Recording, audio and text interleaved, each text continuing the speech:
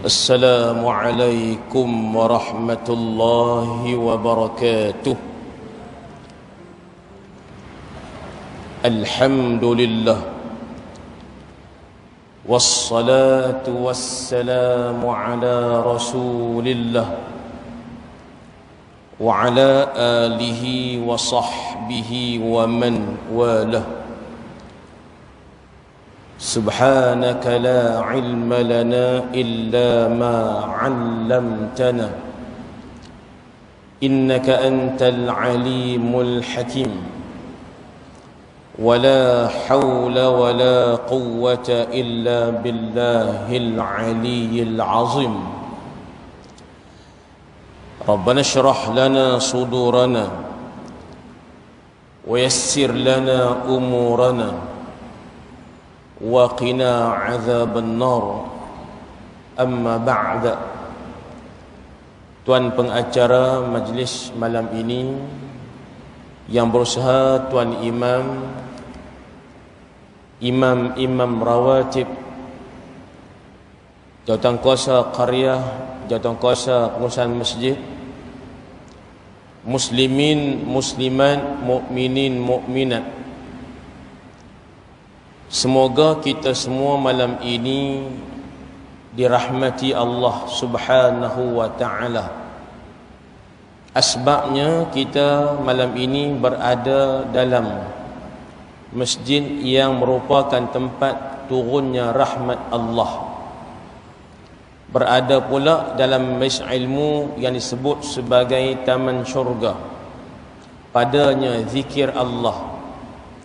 Malam ini pula malam Jumaat, malam penghulu segala hari.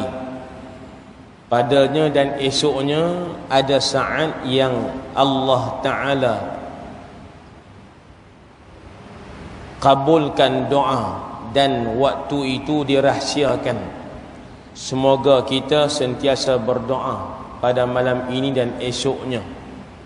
Dan kita juga sedang berada dalam bulan Sya'ban yang diberkati.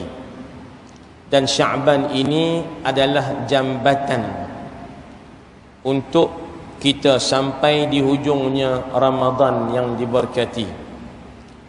Maka dengan segala asbab-asbab tadi, selayaknya kita malam ini dirahmati, diberkati, diampunkan dosa kita, dan dimasukkan kita ke syurga, dan dijauhkan kita daripada api neraka. Amin.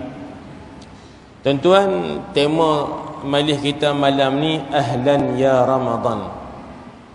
Ahlan ni tuan-tuan bahasa Arab. Kita ni tuan-tuan kalau pi ke Timur Tengah, kalau pi rumah kawan-kawan kita Arab, buka pintu saja ahlan wa sahlan wa marhaban. Ahlan satu, wa marhaban satu, sahlan satu.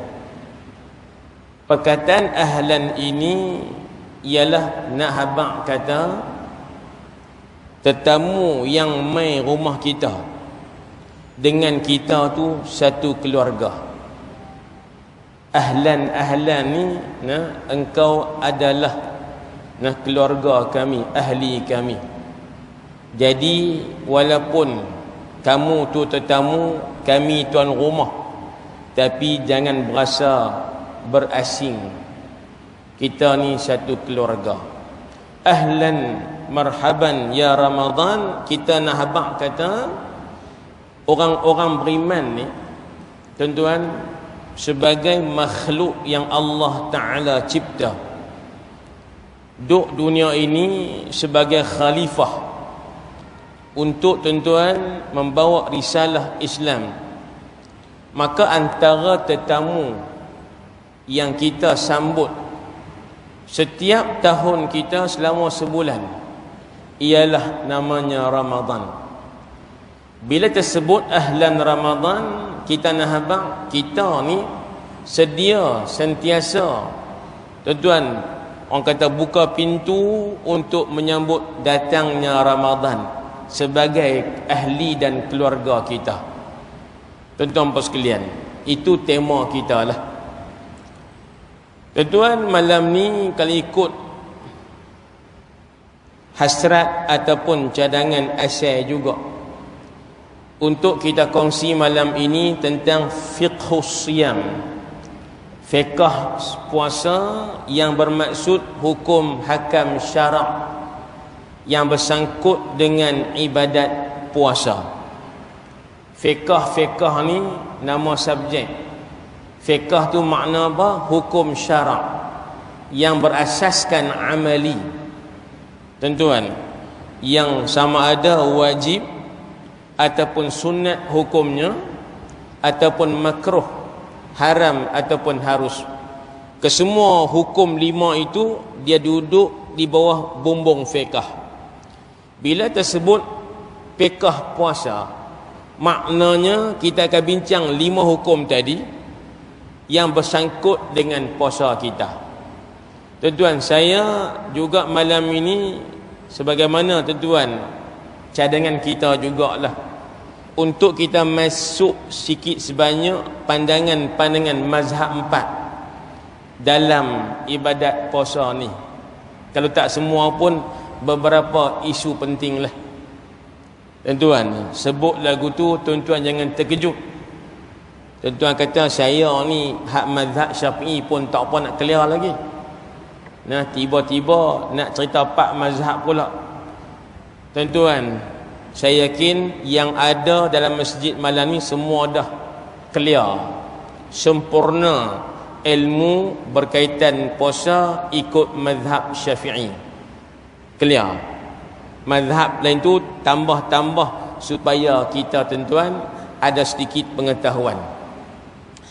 Baik tuan-tuan dan sekalian, bila kita masuk balik tajuk puasa kita ni, sebelum tu saya juga tuan-tuan, buka peluang kepada yang ada ni kod-kod ada berasa nak tanya ke, kan, nak komen ke, kod-kod ada kemuskilan berkaitan puasa, boleh ajukan kepada pengurusi, boleh, imam boleh, imam rawatib kita pun boleh. Kod-kod ada kemuskilan. Berbalik kepada puasa itu bahasa kita, terjemahan kepada as-siyam ataupun as-saum. Allah Ta'ala berfirman, kutiba alaikumus siyam. Tuan-tuan, Sayyidah Maryam kata, inni nazartu lirrahmani sawma. Dalam Quran ada 2 perkataan, siyam pun Allah sebut, saum pun Allah sebut. Maknanya pada bahasa saum, siyam ialah sab'. Tuan-tuan puan sekalian, jadi kalimat puasa ni terjemah daripada perkataan saum ataupun siyam. Kalimah puasa ni bahasa Melayu, asalnya diambil daripada bahasa India kuno. Umurnya tuan-tuan 2000 tahun sebelum Masihi. India kuno tuan-tuan disebut supaya bahasa Sanskrit lama. Jadi bahasa India kuno ni yang umur 2000 tahun sebelum Masihi ni, tuan-tuan, perkataan asalnya ialah upawasa. Tuan-tuan sebut tengok, upawasa. Sebut upawasa. Tuan-tuan, itu asal perkataannya. Maka tuan-tuan, di hari ini kalau tuan-tuan pergi ke Indonesia, sebahagian daerah tuan-tuan bercakap puasa itu dengan sebut upawasa. Asal perkataan itu masih ada. Boleh mai kita modify sikitlah. Tuan-tuan, jadilah puasa. Baik. Cerita bab puasa ni tuan-tuan sekalian, bukan amalan yang wajib yang hanya ada dalam syariat Nabi Muhammad sallallahu alaihi wasallam. Pasal apa? Pasal umat-umat sebelum, nabi-nabi sebelum, semua puasa belaka dengan cara masing-masing, dengan hari yang masing-masing, dengan kaifiat masing-masing yang tak sama dengan kita. Allah Ta'ala berfirman, kutiba alaikumus siyamu kama kutiba alal ladzina min qablikum. Diwajibkan atas kamu semua, wahai orang-orang beriman, dalam kalangan umat Nabi Muhammad ibadat puasa kama sebagaimana kutiba diwajibkan puasa itu ke atas umat-umat sebelum kamu. Kita yang beriman dengan Allah Ta'ala wajib beriman dengan bahawasanya semua umat sebelum berpuasa, tak ada yang tak puasa. Bahkan syariat Nabi Isa AS puasa paling banyak, duk kira ada 40 hari hak wajib. Syariat Nabi Isa AS, tuan-tuan, ada 40 hari puasa wajib setahun. Kita ni 30, depa 40 hari. Tuan-tuan, baik, Nabi Adam berpuasa, Nabi Nuh berpuasa, Nabi Yunus berpuasa, dan semua Nabi berpuasa. Bahkan saya katakan bahawa hatta kan Nabi Adam alaihissalam sebelum turun ke bumi ini pun telah berpuasa di dalam syurga.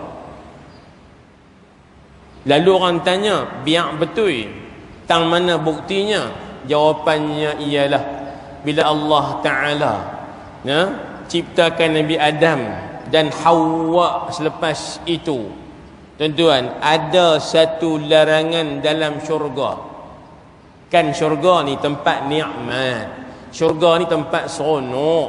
Nak makan apa sila, nak minum apa sila, nak buat apa sila. Tuan-tuan, syurga ni tempat idaman kita semua, tempat harapan kita semua di akhirat esok. Tuan-tuan bos sekalian, dalam syurga Nabi Adam dan Hawa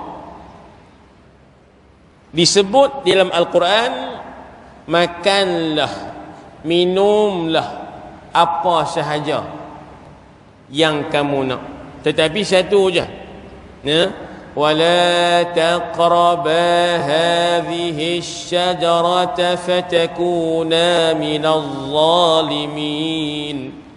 Adam Hawa nak makan apa sila, nak minum apa sila, tapi jangan hampa berdua dekati pokok ini. Hadhihi syajarah, pokok ini, syajaratul khuldi.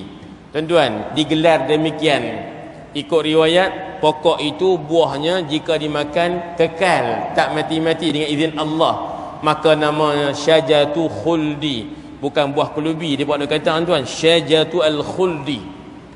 Dan itulah sahaja, tuan-tuan sekalian, pantang larang Nabi Adam dan Hawa dalam syurga. Jangan dekati pokok khuldi. Tuan-tuan, kalau dekat pun tak boleh, makan boleh tak? Kalau dekat pokok tu pun tak boleh, nak pi dekat pun Allah tak bagi, makan boleh tak? Tuan-tuan faham lagu mana? Hampa jangan masuk kedai tu, jangan masuk restoran tu. Tuan-tuan faham apa? Hampa jangan makan restoran tu, pi pun tak boleh, mana makan tak boleh.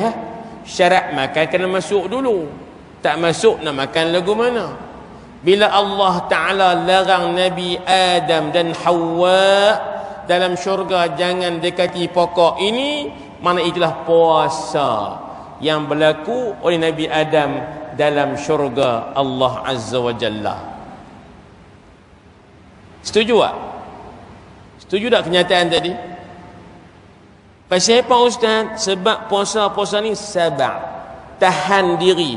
Kata orang Kedah, ni faham kono, duk teringin lama nak pergi Mekah kata, tapi duit tak ada. Sat, pencing esok pi lakut, lah ni duit tak ada. Sat, kalimah ni puasa pada bahasa, tuan-tuan, sabar. Jadi itulah tuan-tuan yang saya katakan di awal tadi, Nabi Adam telah pun berpuasa dalam syurga, dengan maknanya ada yang tak boleh diambil makan, iaitulah pokok syajaratul khuldi. Muslimin muslimat yang dirahmati Allah Subhanahu wa taala, puasa ni tuan-tuan sekalian satu ibadah yang Allah Taala kata, Nabi pun habaq kat kita, suatu ibadat yang Allah Ta'ala sahaja. Tuan-tuan, nak bagi pahala tanpa limit. Kalau kita buat ibadat lain, satu ganda 10. Kalau bab RM2, derma ke wakaf 1 sampai 700. Tuan-tuan, no? Ini kaedah gandaan pahala. Yang baik 1 darat 10. Tapi kalau bab RM2, tuan-tuan derma ke sedekah ke, tuan-tuan wakaf ke, nah, dia boleh pergi sampai 700. RM1 dia beranak pahala sampai 700. Duit RM1 juga, tapi nilai dia tu, pahalanya boleh pergi 700. Banyaknya, ya, 700%. Tuan-tuan, kalau meniaga ni untung 700%, tuan, nah, pakai meniaga sebulan cukup lah. Tuan-tuan, nah, tak boleh orang meniaga pun dia kalau lebih 30% pun, nah, besar dah untung. Ni 700 kali ganda. Tapi kaedah 700% untung tu, pahala Allah beri, tuan-tuan, puasa dia lebih lagi. Sebab tu Allah Ta'ala kata as-sawmu li wa ana ajzi bih. Puasa ni khusus untuk aku. Allah Ta'ala kata wa ana ajzi bih, dan aku akan balas pahala puasa ni. Banyak mana? Rahsia. Banyak mana? Tak boleh kira. Allah yang beri. Tuan-tuan, kenapa demikian? Kerana jawapannya puasa ni, tuan-tuan, nak tipu senang. Semayang payah, nak kena pi tunjuk juga. Takbir, rokok, sujud. Orang nampak semayang kita tu, haji lagi nampak, tuan-tuan. Nak baca Yasin, nak pergi ke Mekah, doa selamat nak pergi ke Mekah. Tuan-tuan hantar di airport, nak naik kapal terbang, balik pula pergi Mekah untuk tawaf, orang nampak. Nak tipu tak boleh.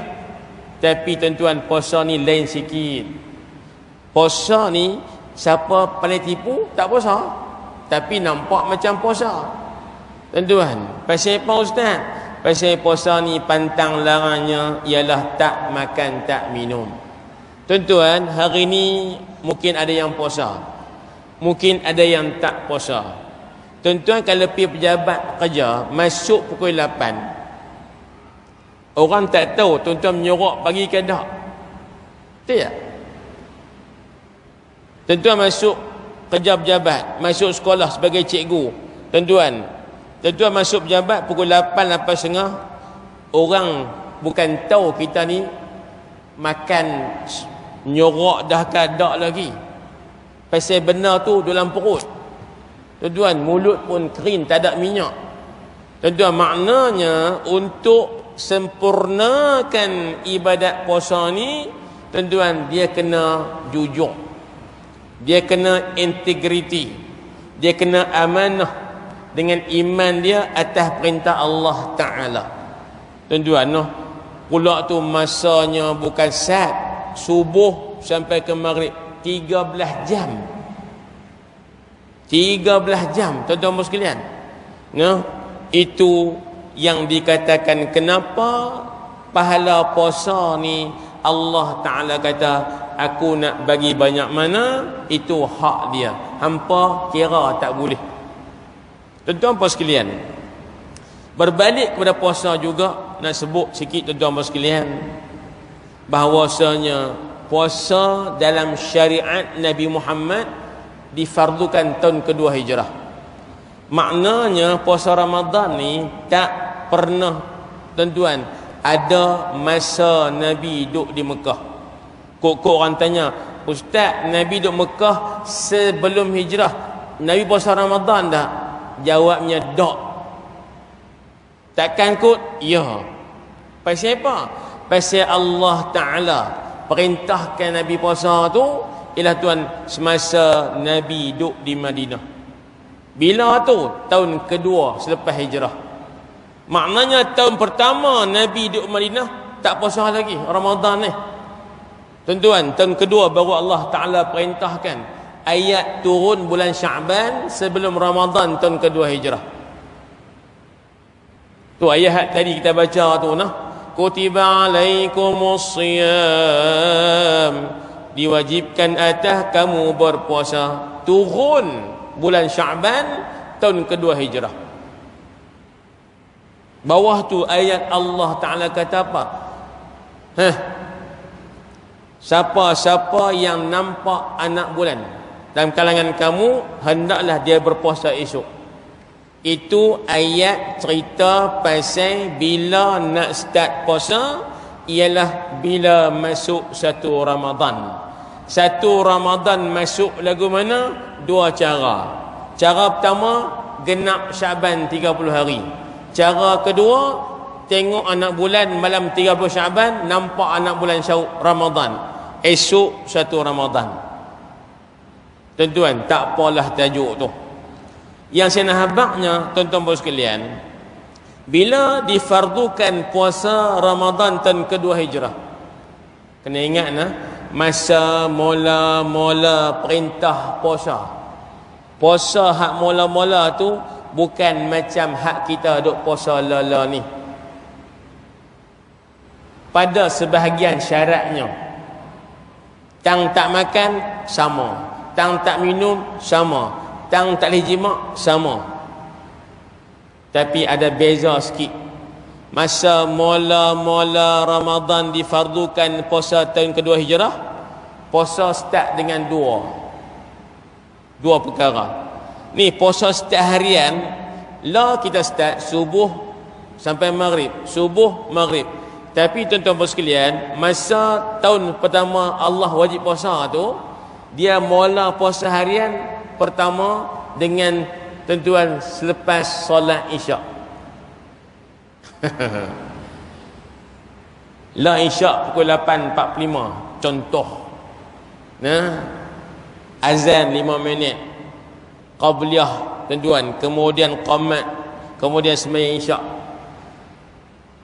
Assalamualaikum warahmatullahi, Assalamualaikum warahmatullahi. Main Isyak, start puasa dah. Tengok-tengok jam, pukul 9. Terlayak-layak dia. Lepas main Isyak saja, kita dah start puasa. Ustaz, kalau start Isyak puasa dah, buka awal kot, buka maghrib esok juga. Tuan-tuan kira berapa jam agak-agak? Pukul 9 malam sampai 7.30 esok. Oh dia kata dekat nak terendah apa nama ni 24 jam oh. Lebih kurang tuan, dia ada 22 jam setengah. Allahu Akbar. Cara yang kedua, masa mula-mula puasa difardukan, ialah siapa yang terjaga selepas tertidur malam Ramadan. Contoh, tuan-tuan buka puasa, seronok tuan-tuan buka puasa ni. Kena seronok tuan-tuan, sebab Nabi sebut demikian. Orang puasa ni dua kegembiraan. Pertama, gembira masa berbuka. Yang kedua, gembira ketika bertemu Allah Ta'ala. Tiap-tiap hari kita berbuka, itu time seronok bagi orang yang berpuasa. Nabi kata demikian. Maka tuan-tuan sekalian, ni berbuka puasa ni, kadang-kadang kita makan lebih sikit. Biasalah. Pasal hari tak puasa ni 5 kali sehari. Betul tak? Nyorok 7.30, 10 menentai. Tengah hari ni si kandang 5.30 ayat TO sebelum balik rumah. Malam sepinggan pula 5 kali. Bila Ramadan tuan, sok sekali sahaja maghrib pula. Dia qada habis. Hak pukul 8, pukul 10, pukul 1 dia bawa pergi buka puasa. Tu yang banyak sikit. Dia makan-makan tuan, dia kenyang. Kenyang-kenyang, dia kata sat. Nak tak kepala sat. Tak apa lena tuan-tuan. 8 suku bini gerak. Dia kata abang, maghrib nak habis lah. Dia terlena sungguh atas kursi malah. Tuan-tuan, dia lena atas kursi malah. 8 suku bini gerak. Abang, bangkit yang maghrib. Dia pun jaga. Maghrib nak habis dah. Jaga-jaga tu, jaga start puasa. Tadi pukul 9, 8 suku. Start puasa dah. Pasal apa? Dia telah jaga dan dia telah tidur dan terjaga. Jadi masa tu kita mula puasa dengan sebab selesai sembahyang Isyak. Yang kedua, setelah kita terjaga daripada tidur kita. Kalaulah syarat tu kekal sampai hari ni, saya rasalah kita tuan buat tarawih kat subuh. Pasal apa? Buat isyak lambat sikit. Syarat tarawih kena isyak dulu. Siapa tak main isyak, tarawih tak sah. Ini pun sami-sami sulam bilah. Ada orang tak faham tuan-tuan puan sekalian. Dia pergi masjid orang buat tarawih, isyak tak dan. Dia buat tarawih dulu. Dia tak isyak balik buat di rumah. Mana laku tarawih tu? Syarat sah tarawih mesti orang tu buat isyak dulu malam tu, bukan orang lain, dia sendiri tu. Dia kata saya buat tarawih terus ya. Isyak tak apa, imam bayar nak isyak. Bukan, hang tu kena main isyak dulu baru hang boleh buat tarawih. Tuan-tuan, jadi kalaulah kita kata puasa Ramadan ni start dengan habis main isyak, saya kata kalau zaman lah masih ada benda tu, mesti kita ada kisah isyak buat dekat subuh. Pasal apa? Nu nak makan sup. Tuan-tuan sekalian, tak apalah. Tapi tuan-tuan, dengan kaedah tadi berlaku aduan oleh sahabat Nabi sallallahu alaihi wasallam. Siapa dia? Sayyiduna Umar. Tolong bawa aduan sahabat Nabi. Bila puasa lepas main isyak, tuan-tuan, moral tak ada lah. Mayang isyak buat tarawih, moral tak ada. Dah puasa start dah. Tuan-tuan, jadi bila itu keadaannya, tuan-tuan, ada sikilah aduan sahabat. Iaitu apa dia? Sayyidina Umar kata telah mengadu sebahagian sahabat-sahabat kita bahawasanya puasa macam ni payahlah sikit. Pasal apa? Balik mayang tarawih masjid, start puasa dah. Jadi balik rumah, tengok bini tengok saya. Faham ke tak? Macam tengok showroom tu lah, tuan-tuan. Pasal apa? Dah puasa. Nak bersama isteri tak boleh, nak berjimak tak boleh. Haram hukumnya sebab dah puasa. Pasal apa puasa? Sebab telah salat isyak tadi di masjid. Tuan-tuan sekalian, itu aduan Sayyidina Umar sampaikan kepada Nabi Muhammad sallallahu alaihi wasallam. Bila Nabi dengar aduan tu, tuan-tuan, Nabi pun tuan tunggu saat, tunggu wahyu daripada Allah Taala. Sebab itulah tuan-tuan sekalian, dengan aduan Sayyidina Umar tadi, Allah Taala turunkan satu ayat. Uhilla lakum laylatas siyamir rafathu ila nisaikum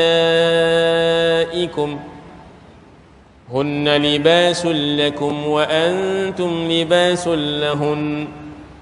Dihalalkan bagi kamu wahai para suami sekalian malam-malam Ramadan ar-rafas, berseronok suka dengan isteri-isteri kamu, isteri kamu ladang kamu. Maka datanglah ladang kamu kok mana kamu suka. Fa'tu harthakum anna syi'tum. Ayat tu sebagai jawapan kepada aduan tadi. Maka dengan turun ayat tadi, tuan, malam bukan lagi waktu mula puasa. Hatta yatabayyana lakumul khaytul aswadu minal khaytil abyad.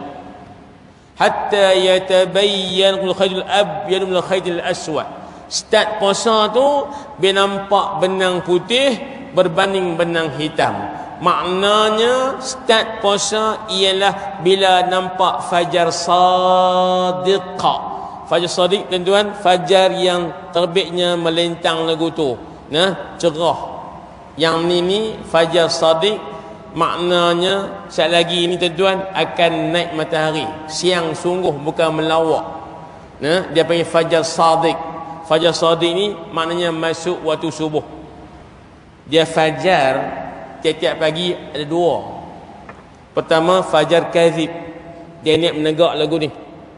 Yang ni sebelum subuh. Dia naik belah timur, naik lagu tu menegak.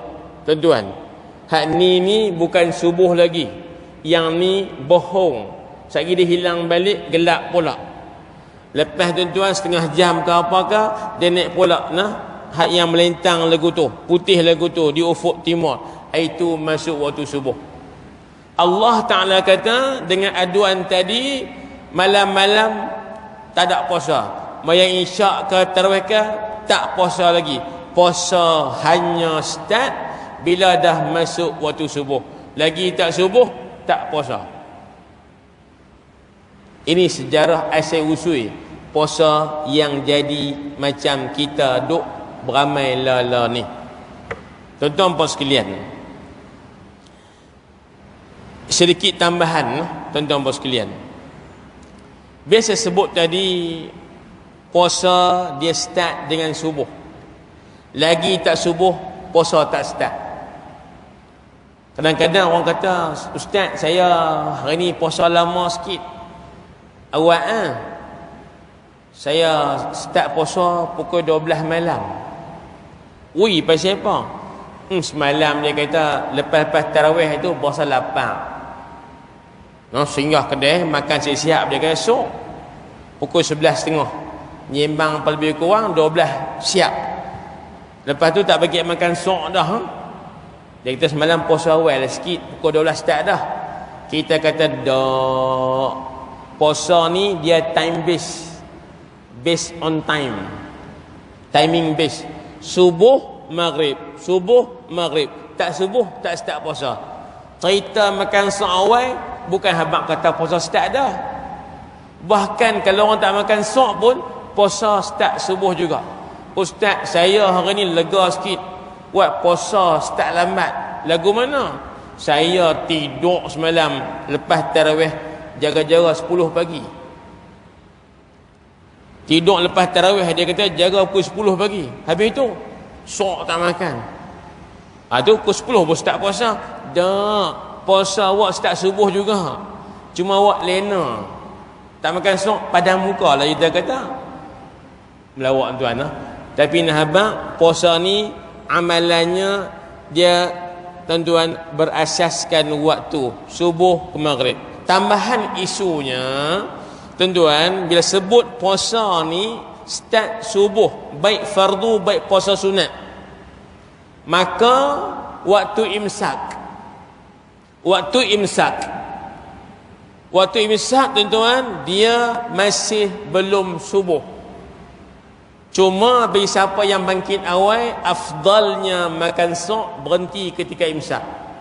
Tapi kalau tuan-tuan tidur lambat bagi makan sok, jam loceng kunci dah, handphone pun kunci pula jam bagi sok ni, tapi tak jaga. Tuan-tuan, jaga-jaga masuk waktu imsak. Soalan, kalau muslimin muslimat bangkit sok lambat, tengok-tengok kalender waktu imsak dah, tuan-tuan nak makan sok ke tak makan sok? Waktu imsak, waktu afdal kita berhenti makan sok. Tapi kalau kita ni bangkit lambat, waktu tu imsak dah, kita nak makan sok ke nak ambil imsak? Tuntutan imsak. Muslimat jawab sah. Jawapannya, utamakan sunat makan sahur tu. Lagipun kita terlambat, jaga bangkit lambat. Jadi walaupun imsak, makan sok juga, ambil sunnah itu. Tuan-tuan puan sekalian, saya nak sebut satu isu yang ada orang pernah tuan-tuan tanya saya, dan dia duk beramai demikian. Ni pun pelik juga. Dia bangkit makan sok, tiba-tiba masuk waktu subuh, dalam pinggan nasi tak habis lagi, air dalam gelas minum tak habis lagi. Habis tu dia kata apa? Saya ni dulu ada ustaz habaq, kalau makan sok tiba-tiba subuh, hak dalam pinggan tu boleh perhabis, lagi azan tak habis. Hak dalam cawan ni pun boleh minum perhabis, lagi azan tak habis. Dia tanya tu masa umur dia 22. Tapi dia kata dia beramai ni masa dia kata 5 SPM. Saya kata biar betul. Pasal apa? Ustaz bagi tahu kata kan, dia kata sebab ada hadis Nabi kata bila kamu bersahur kan tiba-tiba terdengar azan, teruskan makan. Jangan letak pinggan tu. Maknanya perhabis makan sok tu. Jadi ada ustaz tu hurai hadis tu lah. Maka dia kata kalau hampa makan sok tiba-tiba masuk subuh, halang pinggan tu perhabis lagi tok bila ada azan. Kalau dia habis azan stop. Saya kata salah faham. Tuan-tuan, kalau makan sok lewat ke awal ke tengah-tengah makan, tiba-tiba azan ataupun subuh masuk, wajib stop lala tu. Hak lam mulut wajib luah balik, jangan telan. Kita tengah makan sok, duk mamah tuan 40 kali cara orang tua lah. Tiba-tiba tak dan telan azan subuh, wajib luah balik. Kalau tidak batal puasa. Hak tadi bukan luah dalam mulut. Dia kata lagi azan tak habis, boleh perhabis dalam pinggan. Rupanya tuan, hadis Nabi sebut tu zaman baginda azan 2 kali. Zaman baginda subuh azan 2 kali. Azan pertama, azan kedua. Bila azan 2 kali, hak subuh azan mana? Tuan-tuan, azan subuh 2 kali ni, hak subuh azan mana? 2 ke pertama? Hak kedua. Hak pertama azan tu belum subuh. Sebab itu yang kata Nabi, bila kamu makan sok dengan orang azan, teruskan. Itu azan Ibnu Ummi Maktum, bukan azan Bilal bin Rabah. Ibnu Ummi Maktum, dia azan pertama subuh, masa tu masih malam. Saya rasa kalau ustaz tuan lama tak dengar azan pertama ni, satu masjid ya ada. 4-5 tahun sudah ada lagi azan pertama. Tuan-tuan, 45 minit, sejam sebelum subuh. Masjid mana siapa tahu? Tak perasan? Masjid Zahid lah. Ni cerita tuan-tuan sebelum ni lah saya tak tahulah. Sebab saya jarang tidur al ustaz lala ni. Tuan-tuan 45 tahun sudah dengar azan pertama, bukan subuh lagi tu. Saya pun tanya daripada Masjid Zahid. Azan pertama belum subuh. Silalah nak makan sok ke apa, silakan. Itu masih malam. Tuan-tuan sekalian, kita masuk kepada sekilas puasa kita.